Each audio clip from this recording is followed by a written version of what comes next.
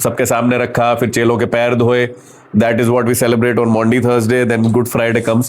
पर जो मंडे, जो अगला ही दिन हुआ, मरकुस उसके 11वें अध्याय और उसके 12वें पद से मैं पढ़ रहा हूं, लिखा है दूसरे दिन जब वो बैतनिया से निकले तो उसको भूख लगी। वो दूर से अंजीर का एक हरा पेड़ देखकर निकट गया कि क्या जाने उसमें कुछ पाए, पर पत्तों को छोड़ कुछ ना पाया, क्योंकि फल का समय न था। इस पर उसने उससे कहा, अब से कोई तेरा फल कभी ना खाए। और उसके चेले सुन रहे थे।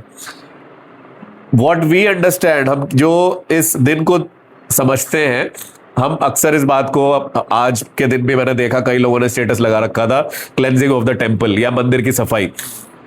उस दिन, उस टाइटल से ये दिन जाना जाता है, मंदिर की सफाई के बारे में। पर मंदिर की सफाई करने जब जा रहे थे ना यीशु मसीह, तब रास्ते में एक घटना घटी है। और ये दोनों घटनाओं को ना साथ में समझना बहुत जरूरी है। कई बार हमने इस पर प्रचार जरूर सुना होगा कि उसने फल देखा नहीं और उसने श्राप दिया, आगे बढ़ गया, फिर उसने चलो सुना, अलग से हमने बहुत बार सुना है। But the most important thing is that there is significance, that we have to understand both the stories together. Bible हमेशा कॉन्टेक्स्ट में पढ़नी चाहिए। हम अक्सर बताते हैं ना, ऊपर क्या लिखा है, नीचे क्या लिखा है, एक कहानी से पहले क्या हुआ है, बाद में क्या हुआ है, ये सब चीजें पढ़नी जरूरी है। यहां पर ये घटना घटी है, फिर यीशु मसीह ने मंदिर की सफाई करी है और उसके बाद उसने समझाया है कि मैंने उस पेड़ के साथ ऐसा क्यों किया। तो इसका मतलब ये कहानी जरूरी है। ये जो कितनी लाइन है, ये 12, 13, 14, 3 वर्सेस, दैट्स ऑल। पर इस घटना का मंदिर की सफाई से क्या लेना देना है, क्या कनेक्शन है, आज हम समझेंगे। सबसे पहली बात तो ये, कल हमने देखा कि जब पूरी जनता शोर शराबा कर रही थी, सेलिब्रेट कर रही थी, हल्ला कर रही थी, होसैना के नारे लग रहे थे, कपड़े बिछाए जा रहे थे, गधे पर चल के यीशु मसीह जा रहे थे, वहां पर पाम लीव्स के साथ सारे नारे लग रहे थे, तो उसके बीच में क्या घट रहा था, यीशु मसीह यरूशलेम को देखकर रो रहे थे। सब तरफ जश्न हो रहा है, यीशु मसीह आप क्यों रो रहे हो अलग से, है ना। कल हमने इस बात को समझा, कल हमने इस बात की चर्चा की कि सारी सिचुएशन में, और मैं आपको बताऊं वहीं से ये सब कुछ कंटिन्यू हो रहा है। मंदिर की सफाई, इस पेड़ को श्राप दिया जाना और यीशु मसीह का रोना, सब कनेक्टेड है, कुछ अलग नहीं है। कई बार हम, क्योंकि मैं तो बचपन से ही क्रिश्चियन हूं, हम लोग कई बार वही कल जो मैं बता रहा था कि कंपार्टमेंट की तरह बाइबल को पढ़ते हैं, या अपनी जिंदगी में कई बार एक कंपार्टमेंट, अच्छा पाम संडे, ओके उसकी स्टोरी खत्म हो गई, आज चलते हैं क्लेंजिंग ऑफ द टेम्पल, हम मंदिर की सफाई के बारे में समझते हैं। नहीं नहीं, सब कुछ कनेक्टेड है। यीशु मसीह वहां जो खड़े होकर रो रहे थे ना, he knew what he is going to do. Yeshu Masih को हमेशा पता होता है ना कि मैं क्या करने वाला हूं। उसको जब उस गद्दी पे चल के आ रहा तभी पता था कि कल जाके मैं मंदिर की सफाई करने वाला हूं।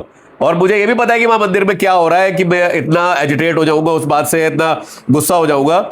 इसको मैं बताता हूं आपको। इसने इस बात को कहा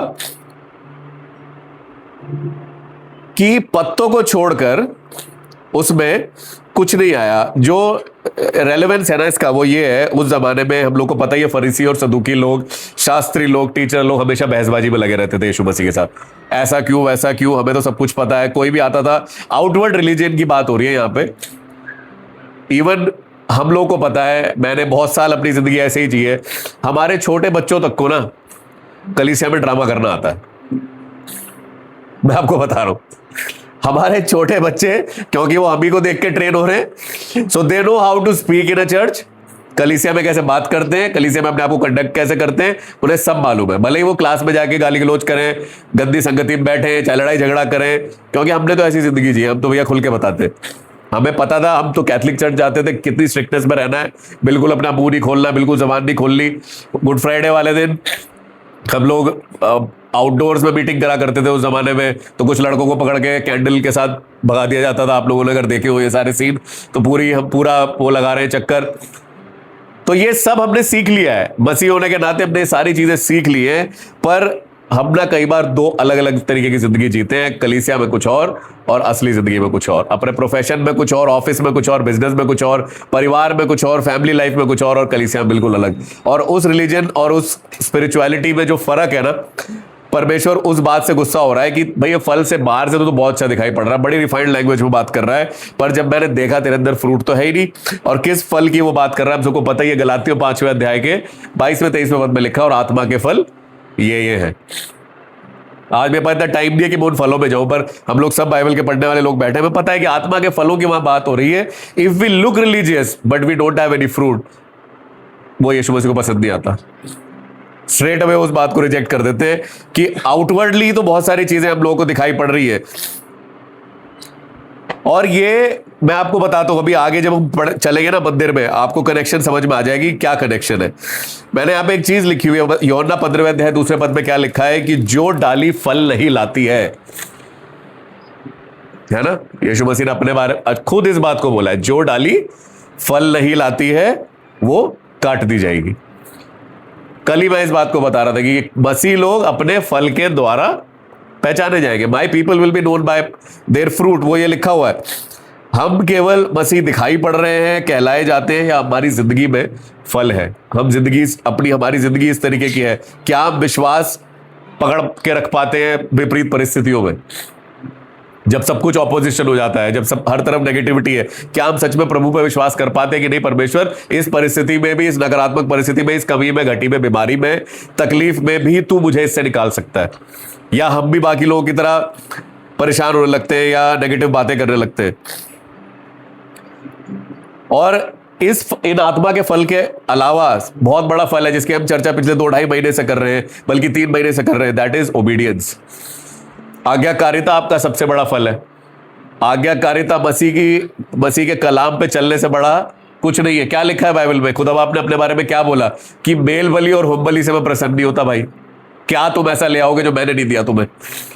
What will we give the Lord which He hasn't given us? हम अपने टैलेंट्स जो परमेश्वर के हुजूर रखते हैं, हम आराधना करते हैं, प्रचार कर रहे हैं, परमेश्वर ने ही ना दिया होता तो मैं क्या दे दूंगा उसको? परमेश्वर के हाथों से ही सब कुछ आया है। आज्ञाकारिता, परमेश्वर इस बात से प्रसन्न होता है कि उसकी आज्ञा मानी जाए। इस बात से, होम बलि मेल बलि से प्रसन्न नहीं होता। माफ करना, अनकंडीशनल लव करना, बिना फायदे के रिश्ते रखना आजकल के जमाने में बड़ा मुश्किल है, जिससे फायदा ना हो। ये सब चीजें आपके फल को दिखाते हैं। खैर मैं आगे बढ़ रहा हूं क्योंकि आगे 2-3 पॉइंट बहुत जरूरी है आपके बीच में रखना। ये हो गया, उसके चेले सुन रहे थे। फिर आगे लिखा है, फिर वो यरूशलेम में आए और वो मंदिर में गया और वहां जो लेन देन कर रहे थे उन्हें बाहर निकालने लगा, और सर्राफों के पीढ़े और कबूतर बेचने वालों की चौकियां उलट दी, और मंदिर में से किसी को बर्तन लेकर आने जाने नहीं दिया। ये मैं मरकुस से पढ़ रहा हूं, पर आप सबको पता है कि ये मत्ती में भी है, लूका में भी है, यूहन्ना में भी है। चारों गॉस्पेल्स में इसका जिक्र है। और एक जगह तो ऐसा लिखा हुआ है कि उसने छड़ी बनाई। मतलब इतना गुस्सा यीशु मसीह को आया कि उसने प्रॉपर हंटर बनाया हुआ है। हंटर बना के उसने गुस्सा किया है, वहां जाके टेबल वेबल उलट दी, सारी चीजें कर दी, और ये उपदेश करके उनसे कहने लगा, क्या ये नहीं लिखा कि मेरा घर सब जातियों के लिए प्रार्थना का घर कहलाएगा, पर तुमने इसे डाकुओं की खो बना दी है। यह सुनकर प्रधान याजक और शास्त्री उसके नाश करने का अवसर ढूंढने लगे, क्योंकि वो उससे डरते थे। सच बोलने वाले आदमी से बड़े बड़े लोग डरते हैं। मैं आपको बता रहा हूं, झूठे आदमी से कोई नहीं डरता, क्योंकि वो उससे डरते थे, इसलिए कि सब लोग उसके उपदेश से चकित होते थे। I want to just cover a few point. सबसे पहली बात यहाँ लिखी है, उसने टेबल्स उलट दी, उसने जो वहां पर लेन देन कर रहे थे उनको उलट दिया। लेन देन किन चीजों का हो रहा था? वहां पे लोग बलि लेके आया करते थे, तो बस वो खरीदारी, कोई जो 20 रुपए की चीज थी वो 60 में बेच रहा था, बस यही सब चीजें हो रही थी। बहुत ज्यादा इसमें अंदर जाने की जरूरत नहीं, बस लोग अपने फायदे के लिए कलीसिया के अंदर बैठकर फायदे के लिए कुछ चीजों को कर रहे थे। और वहां पर यीशु मसीह ने आके ये बात डिक्लेयर की। बहुत गुस्से में उसने इस बात को करा कि जो घर प्रार्थना का घर कहलाना चाहिए, जिस घर में आराधना होनी चाहिए, जिस घर में मेरे बाप की महिमा होनी चाहिए, वहां पर तुम ये सारे काम कर रहे हो। वहां पर तुम ये सारे काम कर रहे हो। जहां पर पवित्र आत्मा बहना चाहिए वहां पर बिजनेसबाजी हो रही है, वहां पर पैसे को बहुत ऊपर रखा जा रहा है। मैं आपको बताऊं, आज के टाइम पे भी ना thousands of churches have lost the Holi spirit and they don't know it. हजारों कलीसियाओं से पवित्र आत्मा उठ चुका है। अब सिर्फ वहां पे इवेंट हो रहे हैं, सिर्फ अच्छे अच्छे गीत हो रहे हैं, लाइट्स हो रही है, माइक बहुत बढ़िया लगा हुआ है, भीड़ लगी हुई है, 150-200 लोगों की, कहीं पे हजारों लोगों की भीड़ लगी हुई है, पर पवित्र आत्मा उन्हें छोड़ चुका है। और जैसे शाऊल को नहीं पता था ना कि पवित्र आत्मा मुझसे निकल गया है और अब दाऊद के ऊपर है, वैसे ही बहुत सी कलीसियाओं को भी नहीं पता कि ये कहानी चल रही है, क्योंकि यीशु मसीह को ये पसंद ही नहीं है कि उसके बाप की महिमा से ज्यादा कुछ और चीजें होने लगे। यीशु मसीह का सबसे बड़ा डिसअपॉइंटमेंट ये है कि जिस घर में प्रार्थना होनी चाहिए, जिस घर में आराधना होनी चाहिए, वहां पर उसको छोड़ के बाकी सब कुछ हो रहा है, बाकी सारे, और हेल्दी लग रहा है। कैसे है? अब आपको समझ में आ रहा है कैसे कनेक्टेड है ये पुरानी स्टोरी से? सब कुछ हेल्दी लग रहा है, सब कुछ हरा भरा दिख रहा है। ये इंडिविजुअल की बात नहीं हो रही है, चर्च की भी बात हो रही है। सब कुछ बाहर से हरा भरा दिख रहा है। अरे बड़े कायदे से होता भैया, सारा प्रोग्राम एक से एक, हर महीने का सेट है। जनवरी से मार्च क्या होगा, हर क्वार्टर का सेट है हमारा। एवरी क्वार्टरली हमारी मीटिंग होती है, हमको मालूम है क्या इवेंट्स करने हैं, जून में क्या करना है, अगस्त में क्या करना है, दिसंबर में करना है, सब कुछ पता है, सब कुछ प्रॉपर चल रहा है। पर पवित्र आत्मा कहाँ है भाई? होली स्पिरिट कहाँ है? लोगों की जिंदगियां कहाँ बदल रही है? लोग जब आते हैं तो हील होके जाते हैं या और गुस्सा लेके वापस जा रहे हैं। मैं फिजिकल हीलिंग की बात नहीं कर रहा, आपको पता ही है। क्या आत्मा को चैन पड़ रहा है कलीसियाओं में जाके, या जैसे वो आए थे उनको और चोट लग गई वापस, और वो चोट के साथ वापस जा रहे हैं? ये सब चीजें देखने की जरूरत है, क्योंकि द फर्स्ट स्टोरी जो पत्तों वाली थी, वो स्टोरी बिल्कुल हमें ये बता रही है कि खुदा बाप ना अंदर टटोल के देख लेगा कि है क्या, अंदर टटोल के देख लेगा हमारी पर्सनल लाइफ में क्या है, और हमारे चर्च में क्या है, हमारी कलीसियाओं में क्या है, वो सब कुछ ढूंढ लेगा अंदर, और वो बता देगा क्या है क्या नहीं है। परमेश्वर मैनिपुलेटेड तरीके से या दुनियावी तरीके से या आदमी की बुद्धि के हिसाब से जब मिनिस्ट्री होती है ना, या आराधना होती है, या कलीसिया को चलाया जाता है, उसको परमेश्वर रिजेक्ट कर देता है। मेरे पास आज टाइम नहीं है, पर मैं आगे कभी इन बातों को शेयर करूंगा। जब प्रकाशित वाक्य में यूहन्ना ने चिट्ठियां लिखनी शुरू करी, प्रकाशित वाक्य में सारी चिट्ठियां ही है ना स्टार्टिंग में, तो वो किन को लिखी जा रही थी चिट्ठियां बताइए? चर्चेस को। सारी चिट्ठियां कलीसियाओं को लिखी गई है, पापी लोगों को नहीं लिखी गई है। न्यू टेस्टमेंट पौलुस के वहां तक ठीक है, इस पे ये वो पतरस ने चिट्ठियां लिखी, बट द रेवलेशन जब स्टार्ट हुआ ना, सबसे last book, each and every church, हर एक कलीसिया से परमेश्वर ने बात की है कि भाई साहब क्या चल रहा है, बताओ जरा। एक चर्च में कुछ मसले हैं, दूसरे चर्च में कुछ मसले, तीसरे चर्च में कुछ मसले, हर चर्च को पकड़ के यूहन्ना बता रहा है। और वहां वो इंग्लिश में आपको पता है ना, रेड लेटर बाइबल, और सारी बातें यीशु मसीह की कही हुई है, यीशु मसीह की कही हुई है। सारी बातें, सारी चीजें, सारे चैलेंजेस, सारे करेक्शंस, गुस्सा करना, वहां पे लिखा हुआ है कि भाई एक जगह तो ये लिखा हुआ, आपको पता ही है, फेमस आए थे, इसलिए मैं ऐसे ही आपको बता दे रहा हूं। कह रहा है तू सब चीजें ठीक करता है, सब बातें बढ़िया है, बहुत रिलीजियस आर्गुमेंट्स करता है, तो अच्छी से अच्छा प्रचार भी करता है, पर एक बात में मुझे तुझसे शिकायत है कि तूने पहली सी मोहब्बत। भाई just remember why you started after Christ, why are you wasting time in these things. मैं क्योंकि स्पोर्ट्समैन हूं और शुरू से क्रिकेट खेला हूं, हमारे प्रोफेशनल जो क्रिकेटर्स हैं अभी भी कई सारे दोस्त हैं मेरे, और कई बार मैं उनके किसी का कुछ किसी से मुलाकात हो जाती है, या कोई बहुत हाई लेवल पे पहुंच गया है, या अब रिटायर भी हो गए मेरे साथ के तो खेले हुए रणजीवन जी से, तो अक्सर ना एक बात आती थी हमारे बीच में कि जब प्रोफेशनल हो जाता है ना सब, तो आप उस तरीके से गेम को खेलते हो, पर जब हम छोटे थे ना 5 साल के, तो हम एंजॉयमेंट के लिए खेलते थे। बॉल नाली में जा रही है तो उठा के ला रहे हैं, है ना, हमें नहीं फर्क पड़ रहा, 5-5 रुपए मिला के बॉल खरीद रहे हैं, लड़के इकट्ठे कर रहे हैं, भैया आ जाओ। पर जैसे ही वहां वो चीज, वो बस्ती वाली चीज प्रोफेशनल हो जाती है ना, अब सब सेल्फिश हो गए, भैया मेरे रन मैं बना लूं, मेरी विकेट, मेरे ओवर, मैं कितनी देर खेल के आऊंगा। जहां पर वो गड़बड़ हो जाता है ना, वहां पर एंजॉयमेंट खत्म हो जाता है। और एग्जैक्टली मिनिस्ट्री में ना वही है, जैसे ही आप मिनिस्ट्री में घुस के कलीसिया में जब आप सेवकाई करने लगते हैं ना, या बहुत साल हो जाते हैं हमें परमेश्वर के पीछे चलते चलते, तो हमको ये याद ही नहीं रहता कि हमने स्टार्ट क्यों किया था। फोकस ही बिगड़ जाता है, क्योंकि अब हम इवेंट्स में लब गए हैं कि ऐसे कि इस चीज को कर लें, ऐसे उस चीज को कर लें, फलाना ऐसे कर लें, अपनी अपनी मिनिस्ट्री हमारी बहुत इंपॉर्टेंट लगने लगती है। पर द मेन क्वेश्चन इज, यीशु मसीह यहां पर क्या पूछ रहे हैं, यीशु मसीह यहां पर क्या दिखा रहे हैं दोनों स्टोरीज से, कि भाई अंदर प्यार मौजूद है या नहीं है। आत्मा के फलों में क्या है? सबसे पहला प्रेम ही तो है, सबसे पहला प्रेम ही तो है। प्रेम है क्या परमेश्वर से? That is what is looking at. परमेश्वर की उपस्थिति हम लोग ढूंढ रहे हैं, या हम इस बात में कि भैया सर्विस बड़ी सेट हो जाए हमारी, है ना।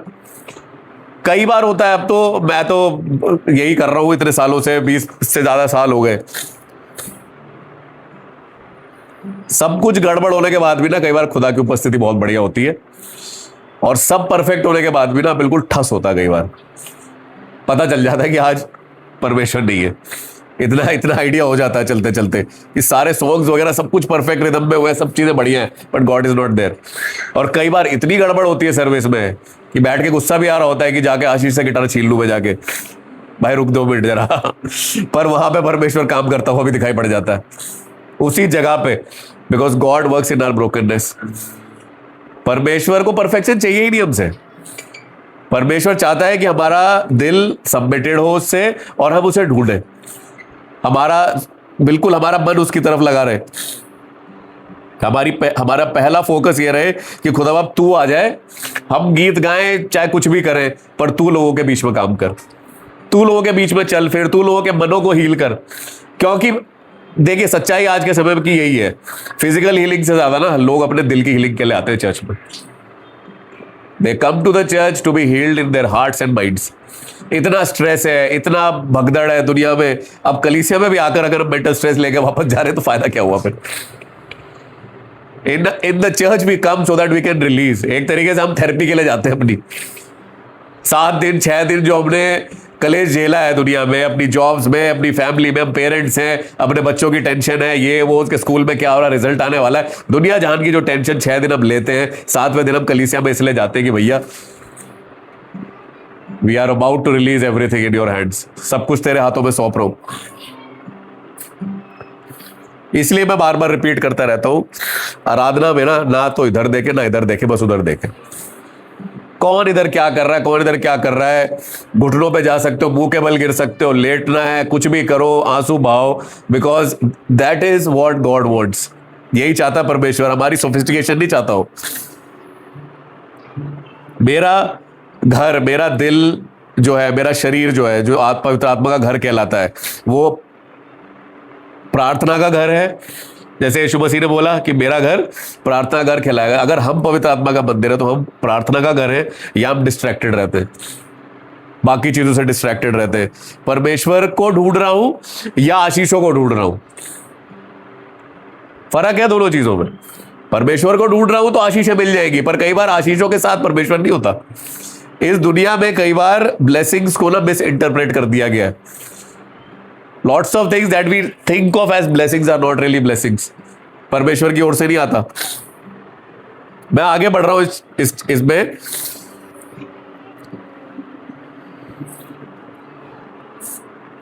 मुझे जिस बात से ताज्जुब हुआ ना यहां पे, वो ये है कि यीशु मसीह ने ना जाके किसी से परमिशन नहीं मांगी कुछ भी करने की। आप थोड़ा सा इमेजिन करके देखो, है ना, इमेजिन करके देखो ये वाला सीन। किसी से कोई परमिशन नहीं मांगे, मंदिर में घुसे और मारपीट करनी शुरू कर दी है। सही लग रहा है किसी भी एंगल से, कहीं से भी सही लग रहा है? नहीं लग रहा, बिल्कुल भी ठीक नहीं लग रहा। आज के समय में ऐसा कोई करने लगे तो सीधे पुलिस को ही कॉल किया जाए, भैया कोई पागल आदमी घुस गया है, टेबल वेबल घुसा रहा है यहाँ, बताओ लड़कों को मार रहा है, चक्कर क्या है ये सारे तो वो है। He did not ask for any permission at all. He took authority, क्योंकि उसे पता था कि ये मेरे बाप का घर है और मैं यहाँ पर, मुझे अथॉरिटी मिली हुई है पूरी। मैं सालों से जवानों के बीच में मिनिस्ट्री कर रहा हूँ और एक चीज मैं बताता रहता हूँ, चर्च में ऐसे काम करो जैसे तुम्हारे बाप का घर है। ये इंतजार मत करो कि 4 लोग आके बताएंगे तुम्हें क्या करना है। सबसे ज्यादा परमेश्वर में और दुनिया में आगे बढ़ते हुए लोग, परमेश्वर जिनको आगे बढ़ाता है ना, मैंने उन लोगों को देखा है जो कलीसिया में बिल्कुल निस्वार्थ सेवा करते हैं। उनको ना पैसे चाहिए, उनको ना पोजीशन चाहिए कि भैया मेरे नाम के आगे एल्डर लग जाए या फलाना पास्टर लग जाए, ये लग जाए। The people who serve Lord without any selfish motives at all, बस मुझे इसलिए करना है क्योंकि मेरे पापा का घर है, मुझे दिख रहा अच्छा वहां जाला लगा हुआ, कोई आके कैसे पहले मैं उतार दूंगा। मुझे किसी को कहना नहीं पड़ेगा ये कुर्सी साफ करनी, मुझे किसी को कहना नहीं पड़ेगा कि ये करना है वो करना है, खुद मैंने यही किया। बहुत से लोग जानते हैं इस बात को। I have never taken any money from the church, कभी पैसा नहीं लिया, कभी पोजीशन के पीछे नहीं भागे, और उसके एवज में इतनी आशीषें देखी है ना जिंदगी में। मतलब जो क्वालिफिकेशन नहीं है मेरी, उससे कहीं ज्यादा मैं अच्छा काम कर पाता हूँ, और खुदा आपने जो सस्टेन कर रखा है मेरी जिंदगी को, वो इसीलिए, और जो किया है उसी से तो उभार सकता हूँ ना वो बाकी लोग। अपना मेरा ही पर्सनल एक्सपीरियंस है। नेवर, कोई नहीं भागना, पोजीशन के पीछे नहीं भागना, उसके पीछे नहीं भागना। भैया मेरे पास अथॉरिटी है, मैं बेटा हूं खुदा का, मुझे किसी को आके कहने की जरूरत ही नहीं कि तू चर्च में काम कर। मैं जिस भी कलीसिया में जाऊंगा मैं वहां पे काम करूंगा, पास्टर को आगे कहने की जरूरत नहीं पड़ेगी कि भैया काम करना। सबसे ज्यादा he took authority because he knew that he is the son of God and the temple of God is his house. ये उसी का घर है, इससे फर्क नहीं पड़ता केयर टेकिंग कौन कर रहा है। आज मेरे पास टाइम नहीं है, वरना मैं शैमुएल और एली की स्टोरी बताता आपको। पिछले दिनों में मेरी ऐसी आंखें खुली है ना उस स्टोरी से, मैं इतनी बार पढ़ चुका हूं, पर मैं आपको बस इस बात से उभार रहा हूं कि शैमुएल और एली का कोई लेना देना नहीं था आपस में। एली को पता भी नहीं था कि उसकी जिंदगी खराब हो रही है, उसके लड़के खराब हो रहे हैं, चर्च अभी कुछ दिनों में ढा दिया जाएगा, कुछ नहीं। पर उसी खराब जगह से शैमुएल निकला है, हालेलुया। उसी खराब जगह से, उसी खराब माहौल से शैमुएल निकला है। और उसके बारे में क्या लिखा है कि दान से लेके बेशर्मा तक उससे बड़ा कोई प्रॉफिट नहीं हुआ। माहौल की शिकायतें करने वाले लोग कभी जिंदगी में आगे नहीं बढ़ पाए, मैंने देखा है। भैया माहौल खराब है, वो नहीं करने दे रहा, ये नहीं करने दे रहा, पादरी खराब है, सीनियर पादरी खराब है, बिशप खराब है, कोई फर्क नहीं पड़ता। तुम्हारा और खुदा के बीच में क्या रिलेशन है? शैमुएल और परमेश्वर के बीच में क्या रिलेशन था? शैमुएल को क्या परमेश्वर की आवाज पहली बार ही में समझ में आ गई थी ना? उसे तो पता भी नहीं था वो क्या रहा है, but he kept on serving परमेश्वर के घर में करता रहा, सेवा करता रहा। और उसके बाद जो उसे बरकत मिली है, क्या लिखा है? एक भी शब्द उसका ऐसा नहीं था जो मुंह से निकला हो और पूरा ना हुआ हो, जो जमीन पे गिरा हो। एक एक शब्द जो वो बोल रहा है, that was the power of that prophet because he was not bothered by आसपास क्या हो रहा है। उसको फर्क नहीं पड़ा इस चीज से, आसपास क्या हो रहा है, एली क्या कर रहा है, उसके लड़के क्या कर रहे हैं, कोई फर्क नहीं पड़ा उससे। इसलिए सामर्थ्य के ना प्राइस पे करने पड़ते हैं, और ये प्राइस होता है। आप काम बहुत कुछ कर लोगे, पर उसके पीछे सामर्थ्य है कि नहीं है, पावर है कि नहीं है। उसको पावर इसलिए मिली थी because he was only concern, वो सिर्फ इस बात से कंसर्न था कि मैं परमेश्वर की सेवा करूंगा, बस। मुझे छोटे से मेरी माँ ने यही कह के भेजा है। हन्ना का बहुत बड़ा रोल है शैमुएल की जिंदगी में, लिखा नहीं है पर बहुत सारी चीजें इंप्लाइड होती है। वो घर में शैमुएल ने क्या पूछा नहीं होगा बड़े होके, भाई 4-5 तो तुम्हारे साथ ही हैं, मुझे क्यों छोड़ दिया यहाँ पे? बाकी बच्चे तो बाप बाप के साथ ही थे ना। हन्ना के और भी बच्चे हुए थे बाद में, बाकी बच्चे तो पेरेंट्स के साथ एंजॉय कर रहे हैं, पर हन्ना ने बताया होगा बेटा तू स्पेशल वाला है तू स्पेशल वाला है, तो बड़ी मुश्किल से मिला है। और मैंने परमेश्वर से वादा किया है। खुदा ने नहीं मांगा था शैमुएल को, हेलो, अब इस बात को समझे जरा। परमेश्वर ने शैमुएल को नहीं मांगा था, हन्ना ने बोला था कि मैं अपना बेटा दूंगी, हालेलुया। ऐसा हो ही नहीं सकता कि हम अपनी वैल्यूएबल चीज, अपना वैल्यूएबल टाइम, अपना वैल्यूएबल टैलेंट, अपनी नौकरी, अपना बिजनेस, अपना जब जो कुछ वैल्यू है, कई बार हमारी फैमिली में नुकसान हो रहा होता है। मैं खादिम हूं, मेरे बहुत से 90% दोस्त सारे मिनिस्टर्स ही है, खादिम ही है। सबकी फैमिली लाइफ में कहीं ना कहीं लॉस होता है, पर क्या परमेश्वर उसकी एवज में आशीष नहीं देता? ऐसी आशीष जिसके हम लायक नहीं है। सबके घरों में शिकायत है, भैया भाई साहब तो 2 बजे आते हैं विजिटिंग करके, मैं तो खैर ऐसा नहीं हूं, मैं तो विजिटिंग नहीं करना चाहता, ये शिकायत है लोगों की। पर बाकी लोग क्या बड़ी दिक्कत होती है, वहां चले गए, यहाँ चले गए, वहां कन्वेंशन प्रीच करने चले गए, भाई साहब महीने भर के लिए घर से बाहर चले गए, वहां दूसरी जगह चले गए, दूसरे शहरों में घूम रहे हैं। सब पास्टर, सब प्रॉफिट्स की लाइफ में कहीं ना कहीं ये प्राइस पे करना पड़ता है उनको, but that is their calling. Samuel को तो जिंदगी भर अपने माँ बाप से बाहर रहना, अलग रहना पड़ा ना, but that was the price that he paid for the calling. कि भैया अब शैमुएल जब आता है ना तो राजा खड़े हो जाते हैं अपनी सीट से उठ के, और बैठता नहीं है कोई भी जब तक शैमुएल बोल के चला ना जाए। इतनी respect, there is a price and that is a price that he paid. वो उसने कॉस्ट चुकाई है। हमको चाहिए आशीष, हमको चाहिए सामर्थ, हमको चाहिए हम कुछ बोले तो वो हो जाए, हमारी जिंदगी में आशीष आ जाए, पर कॉस्ट के बिना नहीं मिलेगा ना भाई। जब कॉस्ट नहीं पे करेंगे तब तक नहीं हो पाएगा। Cost has to be paid. Yeshu Masih आ रहे हैं, यीशु मसीह आ गए, यीशु मसीह ने अथॉरिटी ली है, हटा दिया वहां से, सारी चीजें गड़बड़ कर दी। ये दोनों स्टोरीज लिंक्ड कैसे हैं? पत्ते दिख रहे हैं, फल नहीं दिख रहा है। सेम चीज टेंपल में हो रही है, आराधना दिख रही है, सारी चीजें दिख रही है, पर वो करप्ट है, करप्शन बहुत है वहां पर। तो इससे क्या पता चलता है कि परमेश्वर पर्सनली भी और कॉर्पोरेट तरीके से जब सब लोग मिलके करते हैं, दोनों चीजों को जजमेंट जरूर देता है। दोनों चीजें परमेश्वर को पसंद नहीं है, चाहे आपकी पर्सनल हिपोक्रेसी हो, चाहे कॉर्पोरेट लोग मिलके, जहां पर विजन ही नहीं है, जहां पर केवल एक सोशल क्लब बन के रह गया है चर्च के नाम पे, वहां पर परमेश्वर का जजमेंट आ जाता है। खुदा बाप अपना आत्मा ले लेता है उस जगह से। आखिरी में मैं एक आयत बताऊंगा, उसके बाद हम खत्म करेंगे। भजन संहिता उसका 24वां अध्याय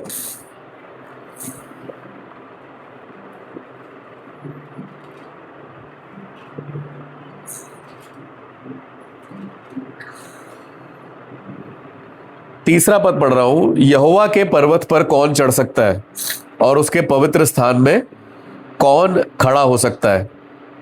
जिसके काम निर्दोष और हृदय शुद्ध है, जिसने अपने मन को व्यर्थ की बात की ओर नहीं लगाया और ना कपट से शपथ खाई है। Who can ascend the hill of the Lord? He who has clean hands and a pure heart. English में लिखा है pure heart and a clean hand. हाथ गंदे ना हो, हाथों में करप्शन ना हो। हाथों में करप्शन ना को क्या मतलब है? ऐसा कोई काम नहीं करूंगा, ऐसी कोई नौकरी नहीं करूंगा, ऐसा कोई बिजनेस नहीं करूंगा जिसमें मुझे बेईमानी या झूठ का सारा लेना पड़े, तो मैं परमेश्वर की उपस्थिति में खड़ा हो पाऊंगा।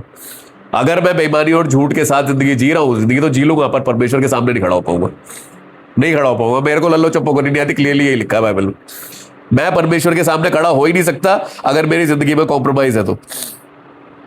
जिसके काम निर्दोष और हृदय शुद्ध है, जिसने अपने मन को व्यर्थ की बात की ओर नहीं लगाया, फालतू की बातों में टाइम खराब नहीं किया, पूरे दिन बैठ गए, वो यहोवा की ओर से आशीष पाएगा। 5वें पद में लिखा है, और अपने उद्धार करने वाले परमेश्वर की ओर से धर्मी ठहरेगा।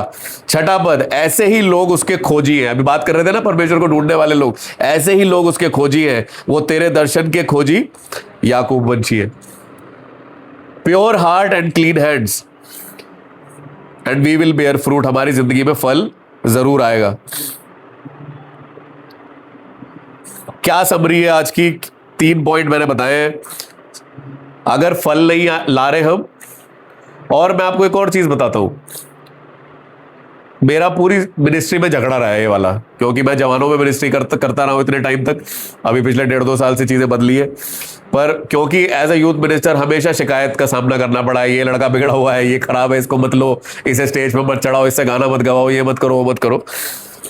पर मैं हमेशा एक बात बताता था सबको कि बीज से फल का एक्सपेक्टेशन ना करा जाए।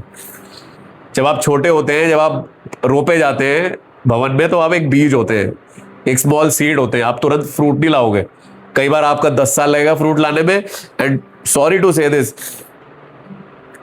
बहुत से लोग मैंने कलीसियाओं में देखे, बहुत उम्र दराज तो है पर स्पिरिचुअली बहुत इमेच्योर है। आत्मिक रूप से समझ नहीं बढ़ी है, उम्र बहुत हो गई है। फ्रूट का एक टाइम होता है, और एक टाइम के बाद ना आके यीशु मसीह पूछता है कि भैया फल है क्या, फल लाए हो, अंदर नहीं लाए हो, तब दिक्कत है। Same thing happens with the church. कलीसिया को भी ध्यान रखने की जरूरत है कि कलीसिया में करप्शन तो नहीं है, कलीसिया में ऐसी चीजें तो नहीं हो रही है जो होनी नहीं चाहिए। लास्ट बात कि as a child of God, एक परमेश्वर का बच्चा, एक परमेश्वर का दास होने के नाते ना, मुझे हक के साथ कलीसिया में काम करना चाहिए। मुझे कलीसिया में ऐसे काम करना चाहिए जैसे मेरा ही घर है। मैं अपने घर में गंदगी देखता हूं तो साफ कर देता हूं ना, पर ऐसा क्यों होता है कि कलीसिया में हम ढूंढते रहते हैं, वो कर दे, वो कर दे, वो कर दे। कलीसिया में भी हमें ऐसे ही काम करना चाहिए जैसे मेरा अपना घर है। आइए दुआ करें, अपने आप को परमेश्वर के हाथों में सौंपे। जीसस।